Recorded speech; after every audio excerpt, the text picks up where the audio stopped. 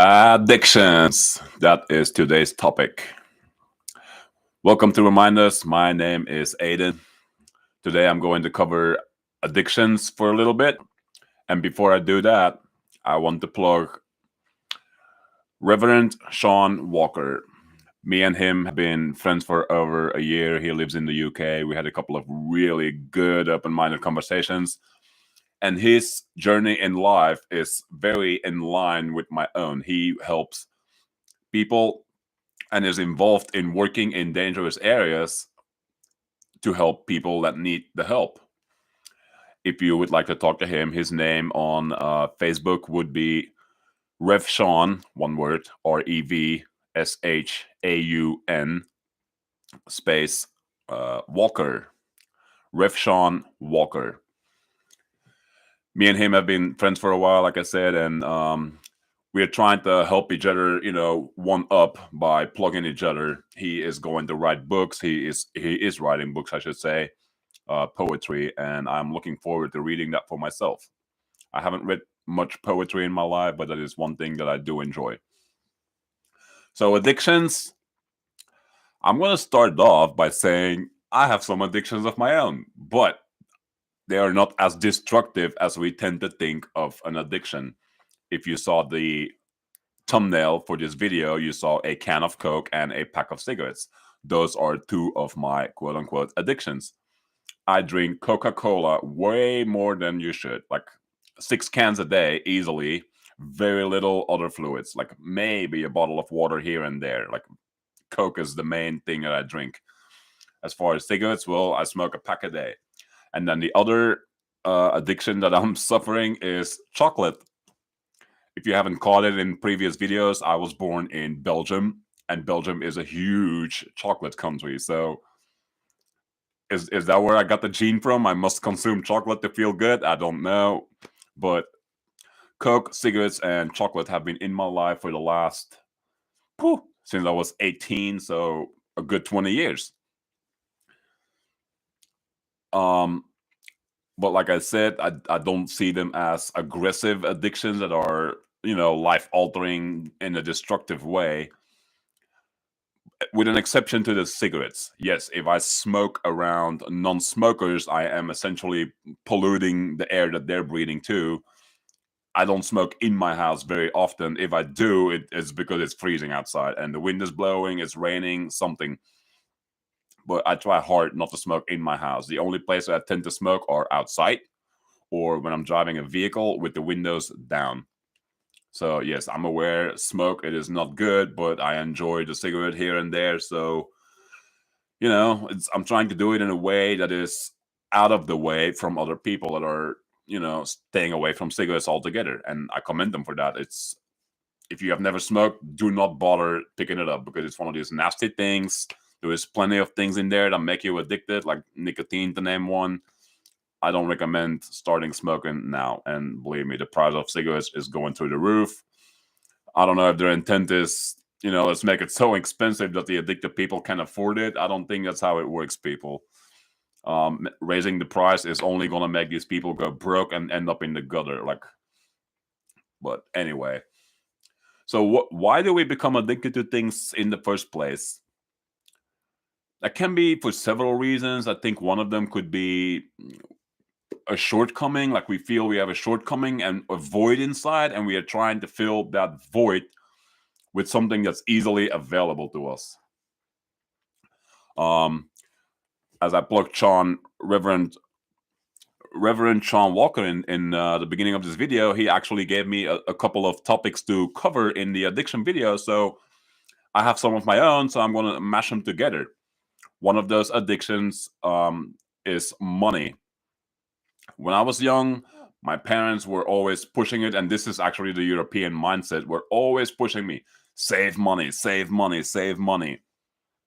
Like, yeah, I get it. When we want to buy things, we obviously need the money to cover the thing that we're trying to purchase. But in Europe, the mindset is work for the money first, then buy the thing that you really want. In America, it is more like borrow the money, get the thing you want immediately, and worry about how you're going to pay for that later. by paying off your credit card or your loan, however you get the money on borrowed capital. You see what I mean? So yes, in Europe, I had a huge mindset on saving my money. Like at the end of every month, everything that I hadn't used money wise, I would just put it in my savings and start the month over. Like I would go, continue working, pay my bills on time and whatnot, and if there was money left over at the end of the month, whoop, in my savings. And I noticed after a while it became a little bit addicting to watch the amount of money in my savings grow. And this is going to sound funny, right? This started at $1, a single digit. I'm like, that's not much. Over time, it became $10. Now it's dual digits. I'm like, okay, I'm starting to like it. I have a mini safety net here. I mean, what are you going to do with $10 nowadays? But you know what I mean? Like, I was seeing something built here, and it gave me a good feeling. Then it became $100. Then it became $1,000. I'm like, okay, yep. I'm becoming a little bit pinchy, pinching pennies with my money. Like, okay, I don't need an expensive thing. I can get by with something cheaper. It does the same thing. That's fine. Let me go for that one, and I'll save the rest of the money. So, I mean, that's a smart way of living, of course. But you see how this can quickly become a burden in your life. Like, we want to go on vacation. No, we're trying to save the money. So you got to find the balance. What is saving and what is living like a miser, or somebody that doesn't want to spend anything on anything. So for me, it was a learned behavior, essentially, like save, for a rainy day, or save for the thing that you want. So addiction to money. And the next addiction that I'm going to go right after money is work. People can become addicted to their job. This sounds really weird, right? Most of us, we want to just do our time and go home like, woohoo, I'm free. There are people that live to work almost. Is that bad? No. Is that good? Also no, necessarily, because you have to balance out your career but also your home time. Like, have time for yourself. That is important. I've said it before, I work for UPS, and UPS happens to be a 24/7 company. If you want to make good money, you can at UPS. And since I'm a truck driver, there is no such thing as, start exactly at 7 in the morning and at, 4 in the afternoon you are done. We are a 24-hour company. Like, people start all over the areas of a 24-hour clock. I'll give you an example of my hours. For the longest time, they were 1:45 p.m. all the way up until midnight. Those were actually my hours for the last 10 years. And only about a month and a half ago did they change for the first time into something far more reasonable. But as I've been working at UPS, I noticed there is guys there that work 13 hours a day, 5-6 days a week. And I'm like, how do you do that? How do you not go home, collapse in your bed, wait for your alarm to go off, and poof, right back into a truck? And we like to joke around at UPS, and a lot of guys have sincere talks here and there. I mean, we're getting paid, we can just stand there and talk, obviously. But I've heard more than one driver say, look, man, I'm married. I really don't enjoy being home. I'm always getting nagged. I might as well be here and make money. And I'm like, whoa, wait. So you're unhappy at home. So you're just here. You're not even saying that you're happy at work. You're essentially saying, I am happier at work. So let me just work so I don't have to face my struggles at home. I was kind of sad to hear that. And some other part of my brain was like, yeah, I kind of get that. But you see, you're also in the process making yourself addicted to work. Some people are just really addicted to the money. My first example was, saving. So if you want to amass a huge amount of wealth, same thing. You're going to want to work your butt off. Again, you are leaning in towards a work addiction. So again, the good thing to find here is balance. How much money do you need versus how much do you have? And if there is a huge gap here, try to adjust accordingly. Another item on my addiction list would be love. That sounds weird, right? I think many of us, especially the young generations, Love is a chemical that can happen in our brain, in our body, and I think there is many of us that are addicted to the feeling of being in love. I myself struggled with this too when I was younger. Every time I saw somebody nice, started talking to them, got to know them a little bit, there was this inner excitement that just couldn't be replaced with anything else. And I quickly realized it's when these good conversations suddenly started, dropping off, and that happens all the time. You get to know each other, you can't keep getting to know each other. A point will come where you really know the other person quite well, and the questions you have are less and less, and therefore the feeling of love, feeling in love, starts to slowly diminish. This can happen in a matter of 24 hours or a few weeks to a few months maybe. In marriage, I suppose this is called the honeymoon phase, where everything is amazing. I'm so happy I found the best guy or gal in the world. Nothing could go wrong ever. But you see, this is a feeling, and many people get addicted to that. So it's good that you look within yourself and see, why is it that you constantly want to meet new people? Are you just addicted to that feeling? Are you bored? What is going on?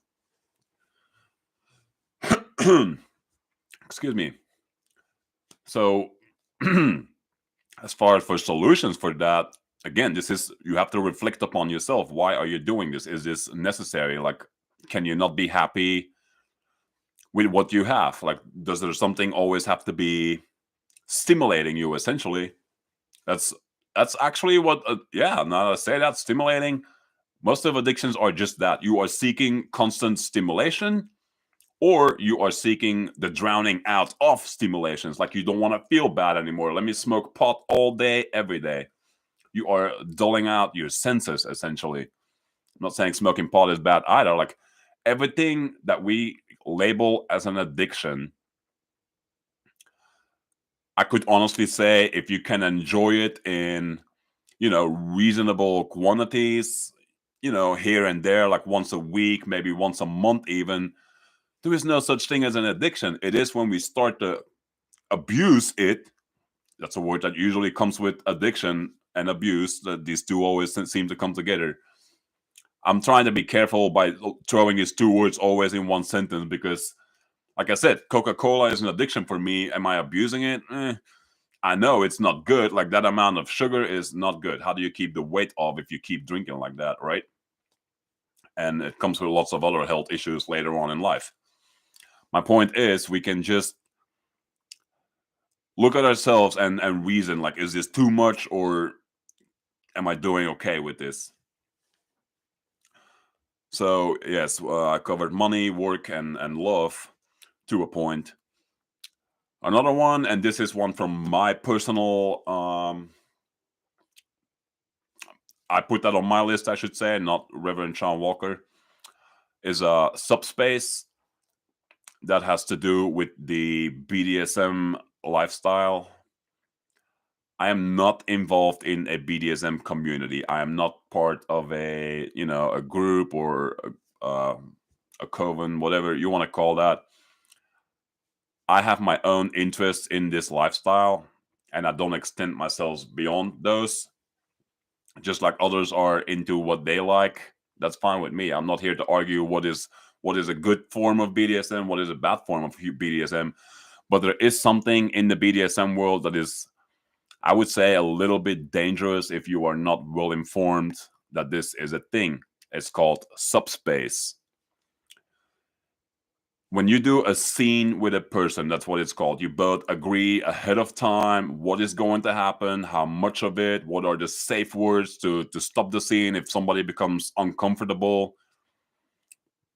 You must talk about these things in advance, otherwise you are not off to a good start.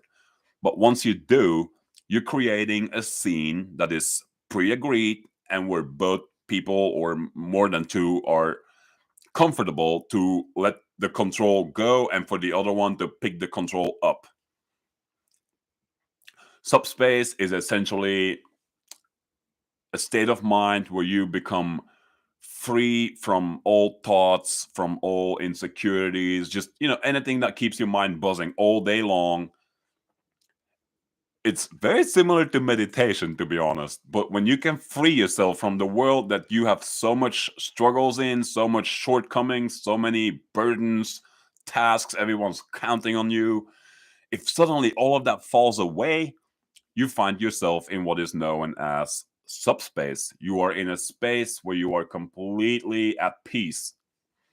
That sounds weird, right? Like, how do you link this with BDSM, like sadism and masochism? It's, but there are people that are addicted to this. I'll give you another, since we're going towards, the sexual side of life here. BDSM is something that I do with others. I give that as life experiences, and I have more than once had a person that became addicted to that state of mind, and that is slightly dangerous because it acts quite a lot like a drug. And believe me, you don't take any pill for these scenes. You are completely sober. As a matter of fact, one of my rules is, if I'm going to play with you, if I'm going to have a scene with you, you cannot be on alcohol, drugs, smoking, whatever you smoke. I mean, cigarettes, sure, but things that numb your mind, essentially, no, because I can no longer trust that you are going to use your safe word. I can no longer trust that I'm reading your body language correctly, because you're under the influence of something. So that is become, well, it hasn't become a struggle. It has been an issue on some occasions, and I'm on the lookout for that now. Like, if a submissive is showing signs of uncertainty and, doing things that I'm not agreeing with, I'm calling off. Like, I'm calling it off, I should say. Anyway, another weird thing, since we're in the sexual part, orgasms. There's plenty of people addicted to orgasm. It is, again, this endorphin release in your brain. You can become addicted to your own endorphins, believe it or not. So, again, how much is too much? Like, sex feels great, right? Let's just be real. It feels great. So, why is orgasm something you can get addicted to? Again, if your whole day all you're thinking about is, getting in bed and getting a bunch of orgasms, are you losing out on the rest of the world? Like, are you lacking in other areas of your life? Like, how is your work life doing? Are you constantly calling off because some other cute dude or girl just is trying to hit on you, and like, well, let's try this one? So you see, there are plenty of things to become addicted to. So it's good to reflect on ourselves. How much of what are we consuming? That's the word I'm going to use. Consuming. Like, orgasms is not something you consume necessarily, but you know what I mean. It's something, a function that we start using or abusing. So yes, that brings me to the subject of porn. There are many people out there that watch a lot of porn, and I mean a lot. And these people tend to struggle with real life relationships. Porn, I would say, first of all, it is theater. It is not real, it is there for entertainment. But what appeals to most of us that watch porn is you are seeing things that you might fantasize, and you are not doing them in real life. So now you become addicted to a fantasy reality, and your brain again has this release of endorphins, hormones, just anything that comes with that. You become addicted to this as well. So you got to be careful for that. And I'm not saying, I've watched porn too, and I still do occasionally. I enjoy it. What can I say? Is it bad? No, but you got to be reasonable with it. Too much of even a good thing is not good. That's how I see it. Too much of a good thing is not always a good thing. So if we become aware that we have these addictions, and I'm using air quotes, what can we do? We got, like I keep saying, we have to realize we're doing too much of it. It is overtaking other areas of our life. We are cutting back on sleep. We are cutting back on watching over our children. We are cutting back on, our work hours. Like we might leave work early or show up to work constantly late. Like if other areas of your life are suffering because of your addiction, the one thing that you keep chasing for, you need to have a really good and deep look in yourself. Um, I think I'm gonna have more random addiction show. I don't know why I keep hearing myself meditation, become addicted to meditation. That sounds silly because meditation is always linked to something very peaceful. But again, I've meditated too, and I did indeed realize my mind calmed down a lot. I stopped taking things way less personal. I found it much easier now to just listen to people without the judgment, without the cutting them off constantly. Like, whoa, you're wrong. Shut up and listen to me here for a sec. You see, it helps me a lot. So I don't want to say meditation is a bad addiction. No, again, all in good amounts and good measure. Do it for like half an hour, a few times a week. If it's not too obstructive to your life, maybe every day, like in the morning, at night, a pace that works and doesn't harm the people around you, essentially. Should we seek help for our addictions? That depends. Is your addiction incredibly destructive, like heroin, cocaine? Like, are you completely out of this world when you are consuming your addiction? I think most of the people that are that far gone in their addiction, I don't think they're even aware of how far gone they really are. How do you bring them back? I'm not sure I know a good answer to that. I don't want to say the word advice here because I believe in helping people, but I never want to say, look, this will work. You have to do this because I don't want to get in legal trouble or nothing. But at the same time, yes, I really, really want to help people. But if you are not aware that you are having a problem in the first place, it is already very difficult to talk you out of it in the first place. Like if you don't think you have a problem, you're just gonna keep on going, and nothing anybody says will make you think twice about your addiction. So yes, hmm chocolate, coke, cigarettes, money, work, love, subspace, and porn, and sex, orgasms, all of these things. I'll give you another very mild addiction, and I think just about anybody that will watch this video is addicted to this, and you don't even know it. Two things: sugar and salt. If you go and look at the packages of everything that you consume, sugar will be on almost everything, even things that shouldn't be tasting sweet. Like, I don't know, bread. Why does bread have sugar in it? It should be made from grain and nothing else. I'm just giving a silly example. The same thing goes for salt. How often do you grab the salt shaker before you even touch your dinner? You didn't even taste it yet, and I'm like, yeah, I'm gonna need salt on this. Vegetables, for example. What is going on? Why do we just like, let me have some salt on this? We have become so addicted to the stronger flavor. And as you get used to a stronger flavor, what is going to happen? You're going to start throwing more and more and more salt on your food until essentially you're just eating salt with vegetables. Okay, I'm exaggerating a little bit. You're never going to have a plate full of salt with, one piece of broccoli on there.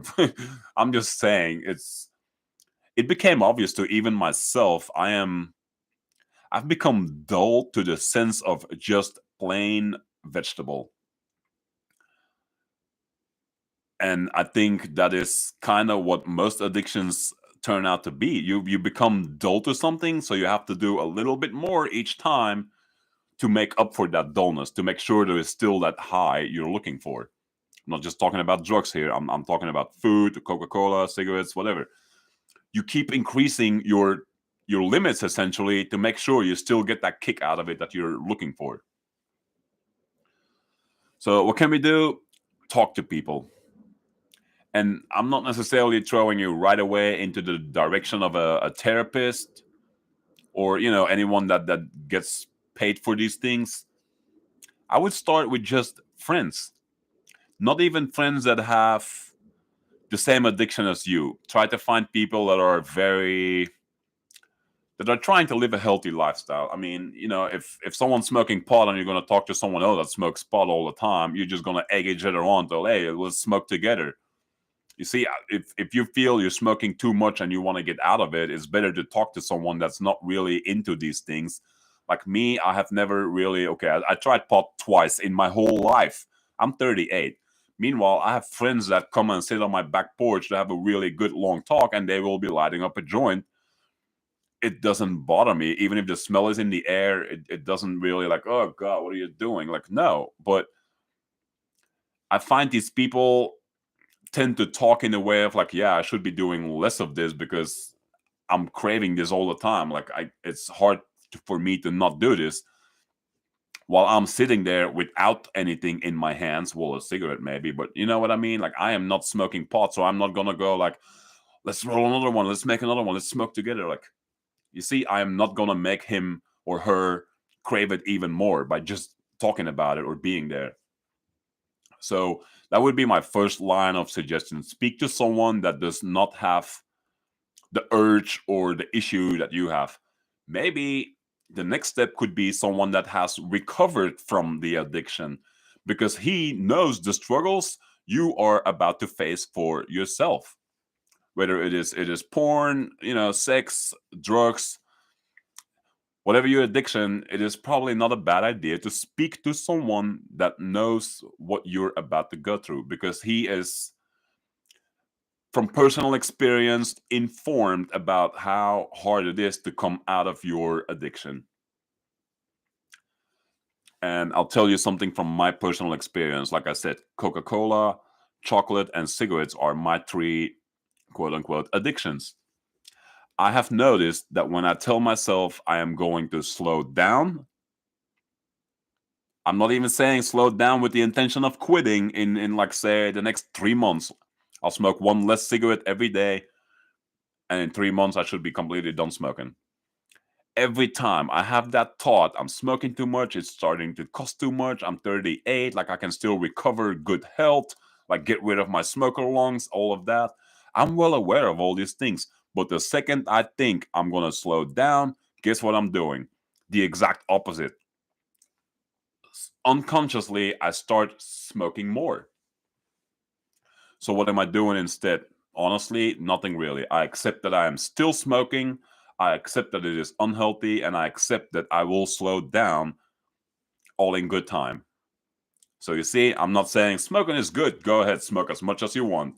No, I'm aware there is plenty of issues, in especially my health and the health of people around me. If they happen to stand near me when I'm smoking, I know I'm not just affecting my body, I'm affecting the people around me. That's also good to know. Is your addiction spilling over into the lives of other people? Like, are you dragging other people into your, black hole or whatever you want to call that, your struggle? So, what happens for me is with my three addictions here is when I reduce one, because I've tried to reduce all of them. One for a while I went without chocolate, for a while I went without Coke, for a while I went without cigarettes. And I'm talking minimum 3 days, like an absolute none of it. And sometimes it came with let me slow down over the next couple of days and then just water only for a while. And then other times it's what they call cold turkey, like boom, nothing from now on. And what I notice every time is when I cut one addiction out, the other two left over will suddenly go in overdrive. I realized Coke, cigarettes, and M&Ms all stimulate the same organ in my body, my taste buds on my tongue. Yes, the smoking maybe also gives you a little bit of a burn in your throat and a kick in your lungs, sure. But the taste buds, it's like my taste buds don't want to be in their neutral state. And when I quit one, the others pick up for whatever reason. So I realized I'm just gonna do all these habits, and instead of trying to slow them down, I'm going to let them be naturally the way they are. But I'm trying to drink more water throughout these three habits. Therefore, I'm giving my body more material to filter it out. So am I enabling my addictions now? Yeah, that's one way of looking at it, and that's probably what I'm sounding like. I'm just agreeing that my addictions are fine to me. I'm not. I'm aware they're no good. The sugar will, ruin your body over time. Smoking, same thing, ruins your body over time. And the chocolate, it's essentially sugar too. So, and as I get older, I'm also noticing I'm becoming a little bit more lactose intolerant. Well, I consume milk chocolate, which has milk in it. So, I can find plenty of reasons and, reasons to give the quitting a really serious go. For a while now, I've been feeling that by the time I'm 40, all of these habits are going to be gone. And I'm not a vegetarian now, but for a long time, I've been aware to have a very healthy body. It seems vegan, vegetarian is really the way to go. I'm not saying if you're a meat eater, you're a bad person. Not at all. We all do what we think is right for us. That's fine. And I eat meat too. But I notice myself more and more, I'm stepping away from the heavier meats like lamb, pork, steak from the cow. And I'm leaning more and more towards chicken and turkey only. I'll have steak maybe, I don't know, 4 or 5 times a year. That's not often at all. And it's usually purely out of craving. It's not, I'm hungry, I must have a steak now. It's more of a craving that's not necessarily related to hunger. It's, many of us have that with ice cream. Like, I crave ice cream. That's nothing to do with you being hungry, right? That is an addiction. Your taste buds are reminding you, hey, this is a flavor you really enjoy. You should go get a bucket of ice cream. So you see, as long as you do everything in at a level that is not detrimental to you and the people around you, carry on at a healthy pace, I would say. But if you know you are struggling to maintain your relations in life, your work ethics in life, and your personal life at home, please take a good look at yourself. Is this right for you? Should you seek help? Do not be afraid to seek help. If you are sincere about your effort to cut something out of your life over time, help is always a good thing to ask. There are millions of people out there that naturally feel like helping other people. Me and Rev Sean Walker are two of these people. I can speak for everybody, obviously. I only know me and Rev Sean. We have the same mission in life here. We want to help people. We both have a different approach, but our base idea is the same. Help people in need through a medium that we are personally comfortable with. Like, for him, for example, he is a little bit bigger on suicide and people on death row. Maybe he wants to help these people.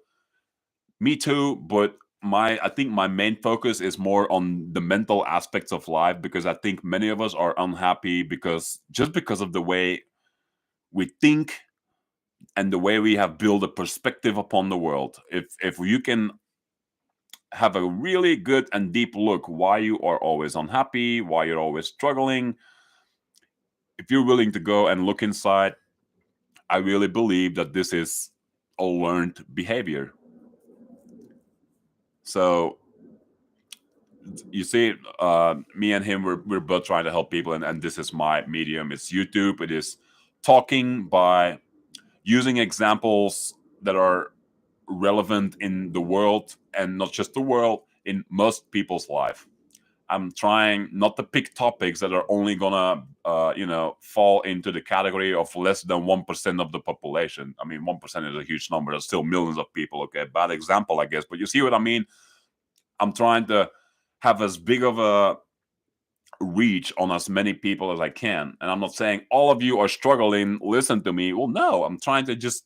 Everybody has their own personal battles to fight, and I'm just, you know what? I'm putting them out there, open for discussion. How is that? You see?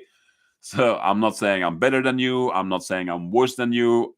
Again, this video started with I have addictions too. Coca-Cola, chocolate, cigarettes, salt, sugar. Nobody is perfect. I should probably also thank my mother in this video, because from a very early age, she told me, stay away from cocaine, stay away from ecstasy, heroin, all these very aggressive drugs. And I have my whole life. Not only because of the advice from my mother at an early age, because I grew up in the 90s. Ecstasy was huge back then. You couldn't hit a club where somebody wasn't trying to put that in your drink or in, I mean, I'm exaggerating, trying to sell you these things, and I've always said no. And yes, one time, and someone slipped me something without my, knowledge, without my approval. And it was just a freaking soda, for God's sake. This wasn't even alcohol or nothing. Tell you what, I ended up in the hospital for 10 whole days. Whatever they slipped me was more than deadly. My mom was a lifelong nurse, and she was quick to recognize the symptoms of what was going on for me. But I have never heard of somebody taking something and being gone for 10 days straight. I vaguely remember that experience, and I mean by vaguely, I mean I was very young. I didn't. That wasn't even slipped in my drink at a club. I wasn't old enough for the clubs yet. This was slipped to me in a drink during the musical of Annie, of all places. This was a play on a stage, live people. Why on earth would anyone slip anyone drugs in this kind of atmosphere? I never understood that. It doesn't matter. It's gone and over with. It's long in the past, but that experience back then made me realize, like, whoa, I could have been dead if it wasn't for my mother catching this very early. Like, I think it still took them almost 24 hours before they really knew for sure something was wrong with me, because this play was later in the evening. I went home acting incredibly strange. I don't know. I don't still to this day do not recall how I got from the theater back home. I remember it should have been an hour and a half drive, but I don't recall even getting out of my theater seat. I'll tell you what, the play started, Annie, and then at the midway point, they had a 30-minute break. That must have been where the thing was slipped in my drink. And I keep saying the thing, which I haven't mentioned yet. I'll tell you what, it was heroin, cocaine, opiates, and ecstasy. And if I have to believe the doctor that did my blood work, he said each one of these four things was in a quantity so high it could have killed you just on one of those four. So times four, I don't know how I survived, honestly. And back then, I had no idea what was going on with me. I just knew I was out, out, out. So I don't even know why I'm bringing that up. But I think the point is, at a very early age, I had a very, very hard experience with how dangerous this is. My mom to this day does not believe me when I say I did not take this knowingly. She is convinced somebody that I knew offered it to me, and I agreed. I don't know why she doesn't want to believe me, and it's honestly, it doesn't matter much to me. I'm being honest. I really don't know, and if it's difficult for her to accept, then I accept that that is difficult for her. But you see where I'm going? It's that just happened, and it was a very loud and clear reminder. This is really dangerous stuff. Be careful. So yeah, wow, we're 38 minutes in the video. Yes, if you feel you're struggling, feel free to reach out to somebody, even me. If you want to bring your struggle up to me or Rev Sean Walker on Facebook, do it. All you have to do is grab your phone, your laptop, your iPad, whatever device you're on, watching this video on, send something to somebody and expect help. Don't just say, well, I'm struggling, I'm going to keep on struggling. As a matter of fact, I've pretty much given up on even getting better. Don't ever feel like there is no way out. There's always a way out. You might just not see it at this point. Again, talk to somebody. If you don't have a lot of friends, it's not going to hurt you to speak to a professional that knows very well how to deal with these things. Again, I don't have very destructive addictions, but when I do struggle with anything in my life and I feel stuck, I can't feel I'm going to come up with a different perspective, a different option of ways out of out of my struggle. I will speak to a friend of mine. He's about my age. We met each other 15 years ago at UPS, and we've been best friends ever since. he is as open-minded as I am, but he's married, has 2 kids, and he's the breadwinner in the house. I can't always speak to him, obviously. I'm trying to be reasonable with how much do I want to speak to my best friend. But I'll tell you what, when we do speak, we can both get everything off our chest that has bothered us since the last time that we spoke. And I'm not kidding you. Sometimes we don't speak for 3-4 months. But then when we do talk, we're not acting like, why didn't you talk to me for the last 4 months? Like, I don't even know you anymore. No, we're both very aware. We each have our own job. We are working our hours. We have our home time for him, his family, with me and my girlfriends. So you see, be reasonable, but don't just give up either. So I think I'm gonna cut my video short here. Well, I don't want to sound like I want to cut it short, but again, if you feel you want to speak about your problems to me or Chef Reverend Chan Walker, reach out to either of us.